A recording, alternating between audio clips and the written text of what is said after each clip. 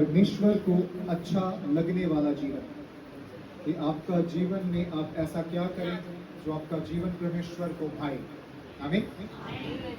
हम एक वचन पढ़ते हैं, रोमियो की किताब उसका अध्याय 12 वचन 1 और 2। रोमियो की किताब उसका अध्याय 12 वचन 1 और 2। इसलिए हे भाइयों, मैं तुमसे यहोवा की दया समझ दिलाकर विनती करता हूँ कि अपने शरीर को जीवित और पवित्र और यहोवा को भावता हुआ बलिदान करके चढ़ाओ। यही तुम्हारी आत्मिक सेवा है। इस संसार के सदृश ना बनो, परंतु तुम्हारी बुद्धि के नए हो जाने से तुम्हारा चाल चलन भी बदलता जाए, जिससे तुम यहोवा की भली और भावती और सिद्ध इच्छा अनुभव से मालूम करते रहो। हालेलुया। वचन क्या कहता है कि इसलिए हे भाइयों, मैं तुमसे परमेश्वर की दया स्मरण दिलाकर विनती करता हूँ कि अपने शरीर को जीवित, पवित्र और परमेश्वर को भावता हुआ बलिदान करके परमेश्वर के सामने चढ़ाओ। तो आज का संदेश के ऊपर आते हैं कि परमेश्वर को अच्छा लगने वाला जीवन कैसा होता है। आमीन।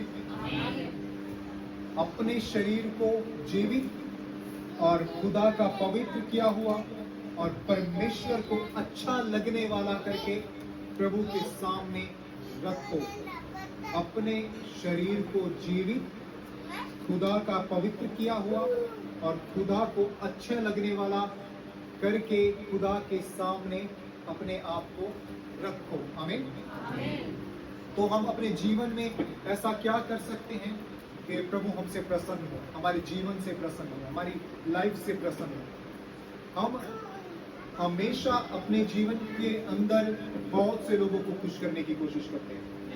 ऐसा होता है। हमें अपने माता पिता को, कि हम अपने पेरेंट्स को कैसे खुश करें, क्या उन्हें ऐसे चाहिए, उनके लिए हम ऐसा क्या कर सकते हैं जो वो प्रसन्न हो।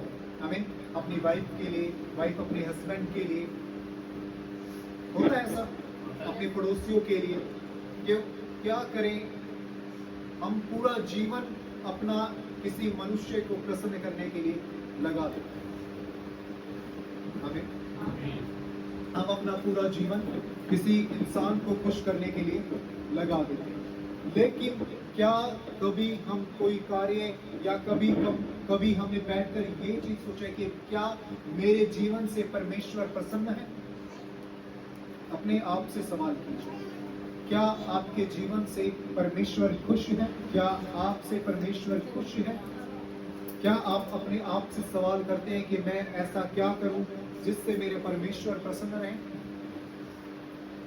यहां पर लिखा गया है कि अपने शरीर को जीवित, पवित्र और परमेश्वर का चाहने वाला करके खुदा के सामने रखो। जब हम परमेश्वर के सामने बैठते हैं, जब प्रभु के सम्मुख आते हैं, तो जीवित, पवित्र और खुदा का चाहता हुआ, खुदा को भाने वाला जीवन आपका होना चाहिए। आप परमेश्वर के सम्मुख जब बैठते हो, जब आप खुदा के सामने बैठते हो, तो अपने शरीर को जीवित, पवित्र और खुदा का चाहने वाला, खुदा को बहाने वाला जीवन करके अपने आप को परमेश्वर के सम्मुख रखें। हम क्या करें ऐसा जिससे परमेश्वर प्रसन्न हो? आमीन। लेकिन क्या हम अपने आप को जब हम प्रभु के सामने रखते हैं, क्या हम जब अपने आप को प्रभु के सामने लेकर जाते हैं, तो अपने आप को तैयारी के साथ लेकर जाते हैं? क्या अपने आप को तैयार करके कि प्रभु मेरे जीवन से जितना भी कुछ है, मैं अगर कोई भी गलती करता हूँ या अपराध करता हूँ, मेरे अंदर या मेरे सामने कोई भी परमेश्वर, हालेलुया, कोई भी गलती मेरे अंदर ना रहे, कोई भी पाप मेरे अंदर ना रहे, क्योंकि मैं डर और भय में हूँ खुदा, क्योंकि मैं डर और भय में हूँ परमेश्वर। तो अपने जब भी आप परमेश्वर के सामने बैठते हैं, तो अपने आप को जांच लें, अपने आप को परख लें। आमीन। और परमेश्वर का चाहने वाला जीवन बनाकर अपने आप को खुदा के सामने समर्पित करें।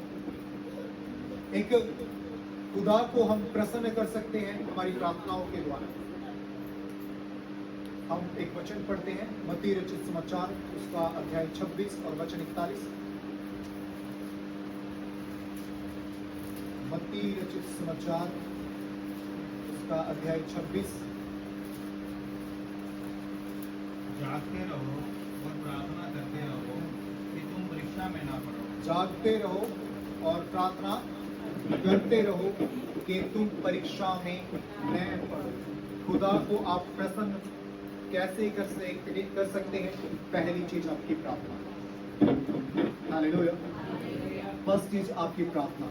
लगातार प्रार्थना करते रहो, हमेशा लगातार प्रार्थना करते रहो ताकि परीक्षाओं में न पड़े। जब हम प्रार्थना करते हैं तो हमारा खुदा के साथ रिश्ता मजबूत होता है।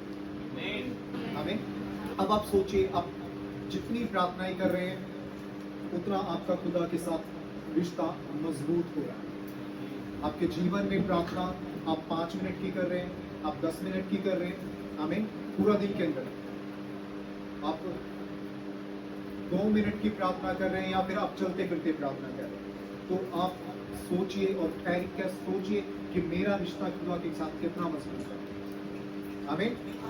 मेरा रिश्ता खुदा के साथ कितना मजबूत है, सोचिए आप अपने आप को जब प्रभु के सामने लेकर जाते हैं, अपनी प्रार्थनाओं को प्रभु के सामने लेकर जाते हैं, तो अपनी प्रार्थनाओं को जांचिए, क्योंकि आपकी प्रार्थना आपके रिश्ते को मजबूत बनाती है।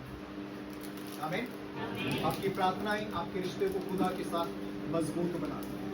आपकी 2 मिनट की प्रार्थना, 3 मिनट की प्रार्थना, 4 मिनट की प्रार्थना आपके रिश्ते को खुदा के साथ मजबूत नहीं करती। आपकी जितनी ज्यादा प्रार्थनाएं आपके जीवन में होगी उतना आपका आत्मिक जीवन होगा, और उतना ही आप पाप से दूर रहोगे, उतना ही आप परीक्षाओं से दूर रहोगे। आमीन। और आपकी बॉन्डिंग, आपका रिश्ता खुदा के साथ मजबूत होगा। खुदा आपके नाम से आपको जानेगा क्योंकि आप प्रतिदिन खुदा में समय बिता रहे हैं। आमीन। आमीन। आमीन। प्रार्थनाओं को मत छोड़ो। प्रार्थनाओं को जहां पर भी जैसा भी मौका मिलता है, जिस भी समय मौका मिलता है, बैठ जाओ प्रार्थना करने के लिए। जब भी मौका मिलता है, जब भी आपको लगे कि प्रार्थना करनी चाहिए, बैठ जाओ प्रार्थना। और जितना आपके जीवन के अंदर प्रार्थना होगी उतना आप लोग आत्मिकता का जीवन जिएंगे। आमीन। उतना परीक्षाएं आपके जीवन से दूर होगी और उतना आपका रिश्ता खुदा के साथ मजबूत होगा। और जब रिश्ता खुदा के साथ मजबूत है तो आपके जीवन से परमेश्वर प्रसन्न है। आमीन। पहला काम क्या करना है आपको अपने जीवन, ताकि आपके जीवन से खुदा प्रसन्न रहे? आपकी प्रार्थनाएं। अपनी प्रार्थनाओं को डबल कर लीजिए, अपनी प्रार्थनाओं को बढ़ा लीजिए। आमीन। और जितना आपके जीवन में प्रार्थनाएं होगी उतना आप आत्मिकता में और खुदा में बढ़ते जाएंगे। आपकी बॉन्डिंग, आपका रिश्ता खुदा के साथ उतना ही मजबूत होगा। आमीन। एक चीज आप कर सकते हैं, अपनी प्रार्थनाओं को बढ़ाइए। अगर खुदा को खुश करना है, अगर खुदा को प्रसन्न करना है, आपका रिश्ता, हमारे संबंध खुदा के साथ अच्छे तब बनेंगे, हमारी बॉन्डिंग खुदा के साथ अच्छी तब बनेगी जब आप अपने परमेश्वर के लिए समय निकालेंगे। बैठिए प्रतिदिन खुदा के सम्मुख जाकर, अपने आप को जांच कर, अपने आप को पवित्र करके खुदा से प्रार्थना कीजिए, मुझे पवित्र कीजिए। आमीन। और जब बैठे खुदा के सामने, जब आप परमेश्वर के सामने बैठते हैं तो वो डर और भय खुदा का आपके ऊपर होना चाहिए कि मैं किसके सामने बैठा। आप किसी मनुष्य के सामने नहीं बैठते। आमीन।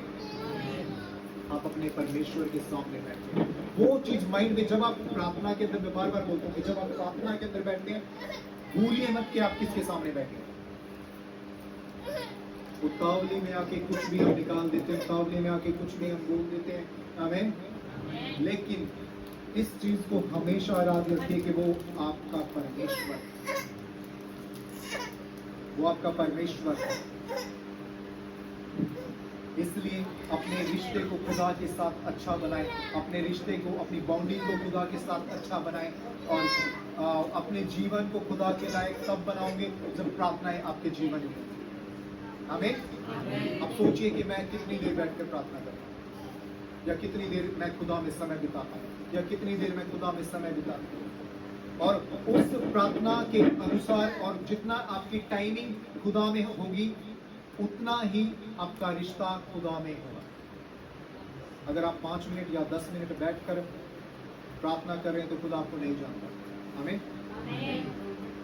अपनी प्रार्थनाओं को बढ़ाएं। अपनी प्रार्थनाओं को, अगर खुदा से रिश्ते अच्छे बनाने हैं तो अपनी प्रार्थनाओं को बढ़ाएं। अगर अपने जीवन को खुदा के लायक बनाना है, आमीन, तो अपने जीवन में प्रार्थनाएं बढ़ाएं। दूसरा क्या होता है कि कैसे हमारा जीवन खुदा के लायक बन सकता है? चाल चलन हमारा। पहला थिस्सलुनीकियों उसका अध्याय 2 वचन 12।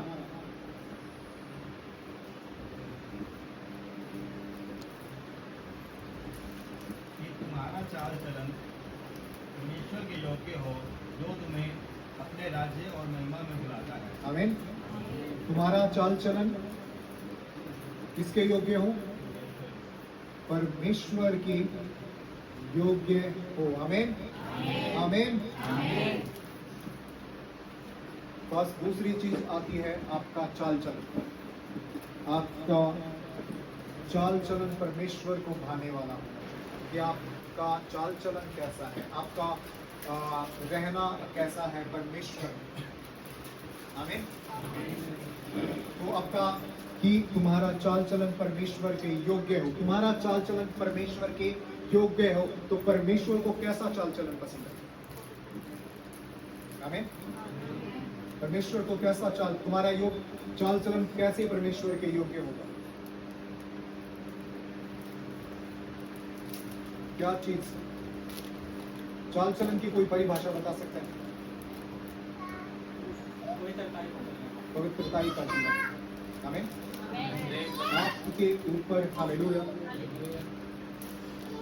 आप हमेशा वो काम करें अपने जीवन के अंदर जो आपके परमेश्वर को अच्छा लगता है, जो आपके परमेश्वर को आता है। उसमें से दूसरी चीज आती है आपका कैरेक्टर, आपका चाल चलन।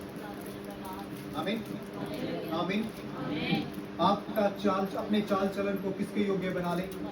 परमेश्वर के योग्य बना ले। आपने पीछे जो भी किया है, आमीन, वो भूल जाए और परमेश्वर उसे हटाता है। आपके वो परमेश्वर आपको क्षमा करने वाला परमेश्वर है। लेकिन जब आप खुदा में होते हो, जब आप परमेश्वर में होते हो और खुदा आपको बढ़ाने लगता है, हालेलुया, जब आपके जीवन में प्रार्थनाएं बढ़ने लगती है तो आपको एक एक कदम क्या करना पड़ता है? बहुत ध्यान से रखना। क्योंकि जब आप परमेश्वर में बढ़ने लगते हो, जब आप खुदा में बढ़ने लगते हो तो लोगों की नजर सिर्फ आपके ऊपर टिकी। आमीन। लोगों की नजर किस पर? आप पर टिकी है। वो आप पर फोकस है। शैतान ने सारी नजरें किसके ऊपर फोकस कर दी है? आप पर। आपका सबकी नजरें आपके ऊपर है, ये सोचिए। और आपकी छोटी सी एक गलती परमेश्वर के राज्य में और परमेश्वर के राज्य बढ़ने में बहुत ठोकर का कारण बन सकती है। देखिए, आप जो भी करेंगे किस पर आएगा क्वेश्चन? परमेश्वर पर आता है। आमीन। यही इसलिए मैं आपको बताता हूँ कि चाल चलन जो होना चाहिए वो हमारा अच्छा होना चाहिए, वो परमेश्वर को भाने वाला होना चाहिए। आमीन। आपका बैठना, आपका उठना, आपका बोलना, आपका रहना, आपका जीवन अकॉर्डिंग टू जीसस। बहुत छोटी छोटी चीजें नोट की जाती है जब आप खुदा में बढ़ने लगते हैं। आमीन। बहुत छोटी छोटी चीजें नोट होती है। वो परमेश्वर की ओर से नहीं, शैतान आपके जीवन में लेकर आता है। आप क्या बोल रहे हो, आप कैसे रह रहे हो, आप क्या पहन रहे हो, आप हर एक चीज को वो नोट करता है। आमीन।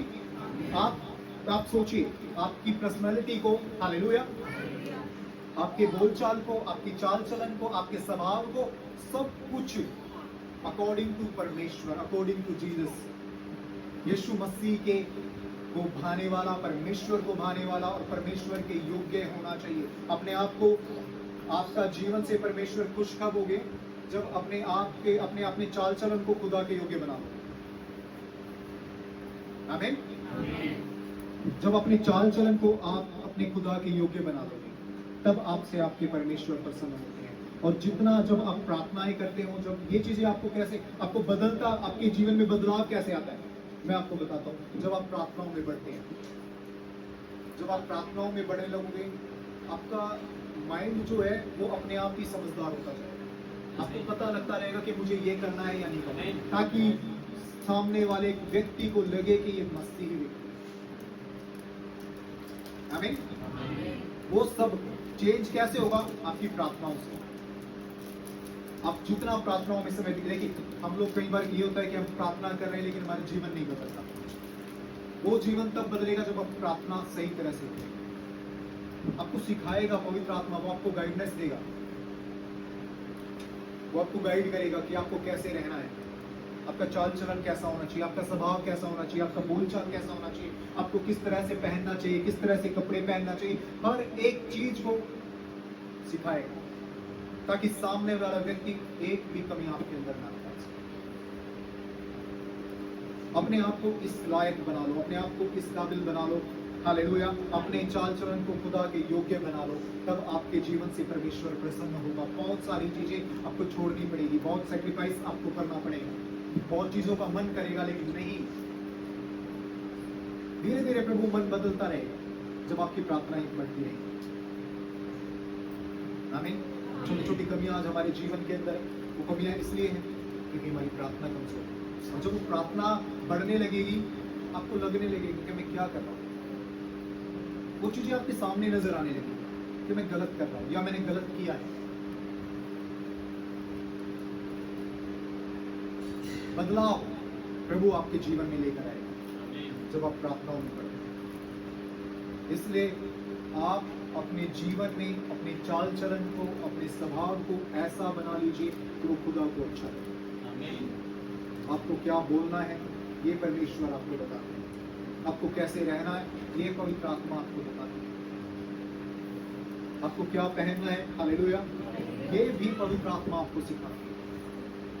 आपको बदला पूरी तरह से, जब आप प्रभु के आप प्रार्थनाओं में बढ़ने लगते हो, जब आप प्रार्थनाओं में बढ़ते हो, आपको आपके जीवन को वो पूरी तरह से बदल देगा, आपकी लाइफ को वो पूरी तरह से बदल देगा। जब पवित्र आत्मा आती है तो सब कुछ नया होगा। आपके जीवन में जो आपने किया है, आमीन, उससे बिल्कुल उलट हो जाएगा। आमीन। तो जब भी आप जो भी करते हैं, 1 मिनट सोच कर देखिए कि क्या मेरे प्रभु को ये पसंद है, क्या इस चीज से परमेश्वर प्रसन्न होगा। या फिर आप जो भी कर रहे हैं, सोचिए कि कहीं मैं परमेश्वर के रास्ते में पत्थर का कारण तो नहीं बन रहा।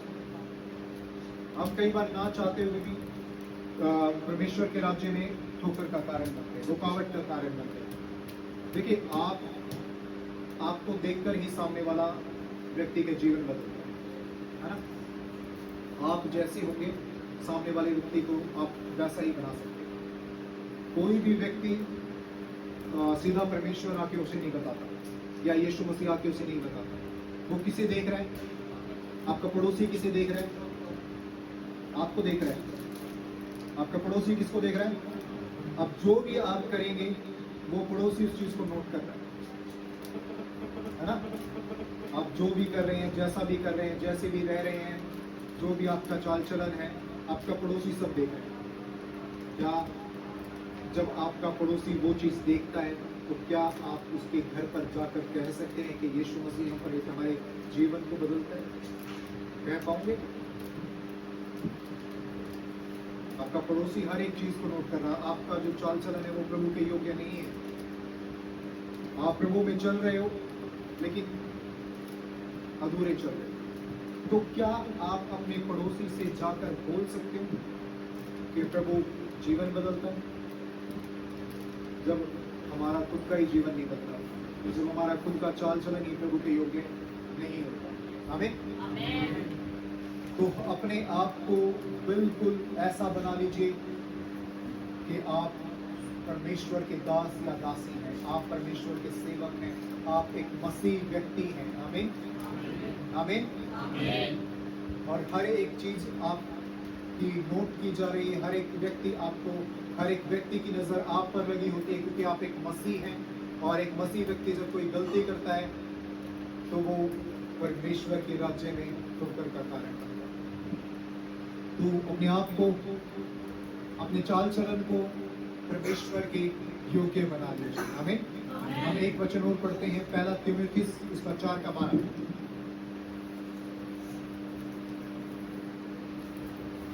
पहला तीमुथियुस उसका 4:12। कोई अपनी जवानी को तुच्छ ना समझने पाए और वचन और चाल चलन और प्रेम और विश्वास और पवित्रता में विश्वासियों के लिए आदर्श बन जाए। आमीन। दोबारा एक बार और जोर से। कोई तेरी जवानी को तुच्छ ना समझने पाए। कोई तेरी जवानी को, ये चाल चलन के ऊपर ही आता है, कोई तेरी जवानी को तुच्छ न समझने पाए। आगे। पर वचन और चाल चलन और प्रेम और विश्वास और पवित्रता में विश्वासियों के लिए आदर्श बन जा। और पवित्रता में विश्वासियों के लिए क्या बन जा? आदर्श बन जा। आमीन। आमीन। कोई तुम्हारी जवानी को तुच्छ न समझने पाए। खास तौर पर जवान लोग जो मसीह में हैं, उन्हें बहुत सोच समझकर मसीह में चलना पड़ता है। अपने खास तौर पर नौजवान बहन भाई अपने चाल चलन को खुदा के योग्य बना ले। आमीन। आमीन। और चाल चलन और प्रेम और विश्वास और पवित्रता में विश्वासियों के लिए क्या बन जाए? आदर्श बन जाए, यानी एग्जाम्पल बन जाए। आमीन। में बहुत से लोगों का एग्जाम्पल देते हैं। पौलुस का एग्जाम्पल देते हैं। आमीन। पौलुस का एग्जाम्पल हो गया, पतरस का एग्जाम्पल हो गया, मत्ती का एग्जाम्पल हो गया। तो हम लोगों को भी ऐसा ही बनना है कि लोग आपके एग्जाम्पल देकर, आपके जाने के बाद लोग एग्जाम्पल के साथ आपको लोगों को बताए कि अमन ऐसा व्यक्ति था, राजेंद्र भाई ऐसा व्यक्ति था। हमें वो परमेश्वर में लॉयल था, या परमेश्वर के लिए उसने अपना पूरा जीवन समर्पित किया। हमें पवित्रता, हमें चाल चलन और प्रेम और विश्वास और पवित्रता में विश्वासियों के लिए क्या बनो? आदर्श बन जाओ। कि लोग विश्वासियों में, खासतौर पर लीडर्स, चर्च के जो लीडर्स होते हैं, एग्जाम्पल खड़ा होते हैं विश्वासियों के लिए। विश्वासी और लीडर्स, एक लीडर एग्जाम्पल होना चाहिए विश्वासियों के लिए कि मेरा जीवन ऐसा है, ताकि विश्वासी लोग भी सोचे कि हाँ मैं उसकी तरह समान करूं। तो अपने आप को एक एग्जाम्पल बना लो, नहीं आपको एक आदर्श बना लो बहुत पेरे लोगों के लिए, विश्वासियों के लिए। आमीन। कोई भी आपकी जवानी पे उंगली ना खड़े करेगा। आमीन। आमीन। कोई भी आपकी जवानी पर उंगली खड़ी न करने पाए। अपने आप को खुदा में ऐसा बना लीजिए कि आप विश्वासियों के लिए चाल चलन में, प्रेम में, आमीन, और पवित्रता में आदर्श बन जाए। इसमें चाल चलन में, प्रेम में और पवित्रता में किसके लिए आदर्श बन जाए? विश्वासियों के लिए, खास तौर पर जो चर्च के लीडर्स हैं।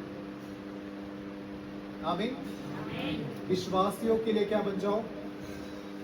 आदर्श बनो। प्रेम, चाल चलन और पवित्रता।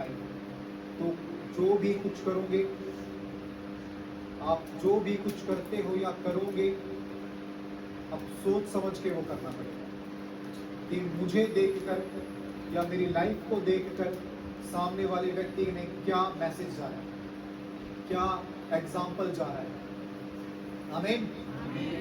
तो इस तरह से कुछ बातें हैं जिनसे के द्वारा आप अपने जीवन को खुदा, अपने जीवन से आप खुदा को प्रसन्न करें। और बातें हैं उपवास और आज्ञा मानकर आप अपने परमेश्वर को प्रसन्न रख सकते हैं। उपवास में बने रहें और खास तौर पर आज्ञाकारिता में, अपनी चर्च की आज्ञाकारिता में बने रहें। आमीन। अपने लीडर्स की आज्ञाकारिता में बने रहें और परमेश्वर की आज्ञाकारिता में बने रहें, जिससे आपके जीवन से खुदा प्रसन्न रहे।